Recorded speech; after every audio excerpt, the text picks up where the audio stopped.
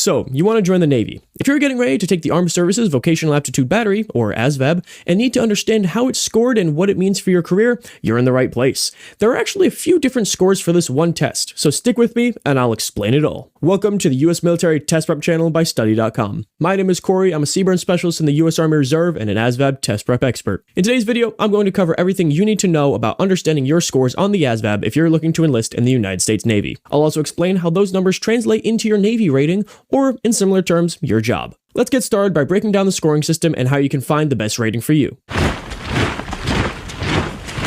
The ASVAB has 9 or 10 subtests depending on if you're taking the paper or computerized version. These subtests check out your knowledge in different areas like general science, arithmetic reasoning, word knowledge, paragraph comprehension, and mathematics knowledge. Word knowledge and paragraph comprehension are added together to get your verbal expression score. The other areas are electronics information, auto and shop information, mechanical comprehension, and assembling objects. You'll get a standard score for each of the subtests. So, what is a standard score? It's basically how you stack up against other people your age, specifically 18 to 23 years old in the US. The average score is 50, and the scoring system is built around that. 50 is your baseline, and a 10-point difference shows how far above or below average you are, so a 60 is above average and a 40 is below average. Higher scores show off your strengths in certain areas, which can be a game changer for landing specific jobs in the Navy. You'll also get a percentile rank. This shows how your score compares to others. For example, a percentile rank of 75 means you scored better than 75% of standard test takers. It matters because some Navy jobs may have certain percentile requirements for you to qualify for that role. Here's where it gets a bit more customized. The military uses composite scores, also known as line scores, to figure out what jobs you're best suited for. These scores come from combining your standard scores in related areas.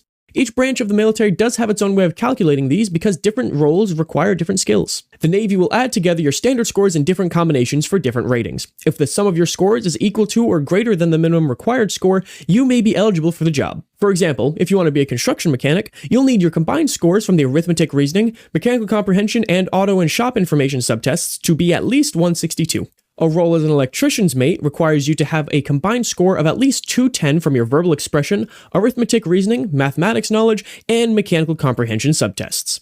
Be sure to do some research on what combination of subtest scores the rating you're aiming for requires. Then you can really hone in on the subtests you might want to spend some extra time prepping for. Now that we've covered how composite scores determine eligibility for specific Navy roles, let's look at the Armed Forces Qualifying Test, or AFQT score, which is essential for qualifying to enlist. Your AFQT score might be the most important score.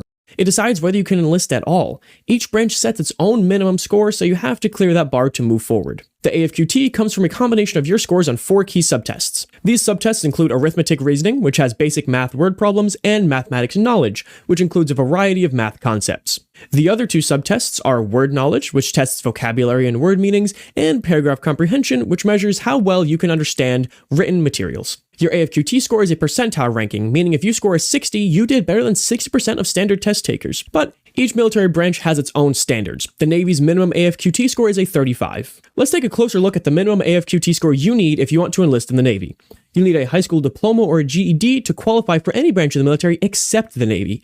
You can enlist in the Navy without a high school diploma or GED if your AFQT score is at least 50. For those with a high school diploma or GED, the required score varies based on which you have. If you've passed a GED exam, you'll still need to aim for a score of at least 50. If you want to enlist in the Navy and have a high school diploma, you will need at least a 35. You'll need a minimum score of 31 for the Air Force, Army, and Marine Corps.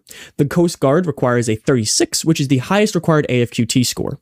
If your AFQT score is higher than minimum, that's amazing. This opens up additional job options, potentially more career growth, and maybe even some bonuses. So how should you actually interpret your scores? Well, here's the deal. If you're getting low scores in certain areas, it doesn't mean you can't join the Navy. It just might limit your options when it comes to certain ratings. Make sure you review the score requirements for the specific job you're aiming for. Meeting with a Navy recruiter could also be helpful. They can help walk you through the score requirements for different job options, help you understand what you're qualified for, and give you tips on how you can improve if you need to. And if your AFQT score isn't at least a 35, don't worry too much. You can always retake the ASVAB. You need to wait 30 days before your first 2 retakes, and after that, it's a 6-month wait if you want to try again. Interpreting your scores really comes down to 2 questions. Are you eligible, and what specific ratings are you interested in? If you have a goal in mind, it's easier to make sense of your results and set a game plan. Look at your scores and identify your strengths. If you crush the electronics section, you might want to look at aviation or nuclear jobs. If you're a math whiz, a technical rating like sonar technician or cryptologic technician could be a great fit. For example, someone with high electronics scores might qualify for an aviation electronics technician rating, while a strong verbal expression score could lead to a role as a personnel specialist. Be sure to consider your interests. Do you like working with your hands? Then you might love being a hull maintenance technician, where you'll work on welding and ship repairs. Prefer computers and strategy? Cybersecurity technician could be calling your name, offering work in digital defense and hacking prevention. If you enjoy diving and underwater work, Navy diver is another exciting choice that requires high mechanical maintenance scores. Now, let's talk about some steps you can take to improve your scores and better position yourself for the Navy jobs you want. First, pinpoint weak areas. Look at which subtests brought your score down.